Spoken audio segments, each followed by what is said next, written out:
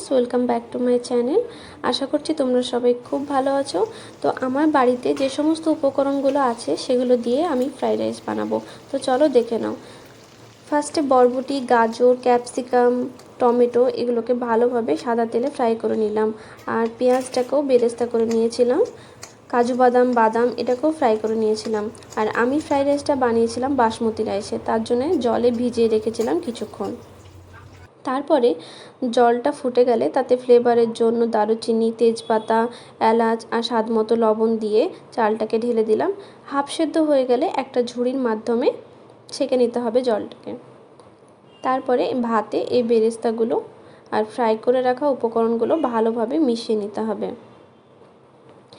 আর স্বাদ মতো চিনি আর সামান্য ঘি দিয়ে ভালোভাবে নেড়ে নিলেই রেডি হয়ে যাবে আমার সিম্পল ঘরোয়া ফ্রাইড রাইস। খেতে ভীষণ সুস্বাদু হয়েছিল।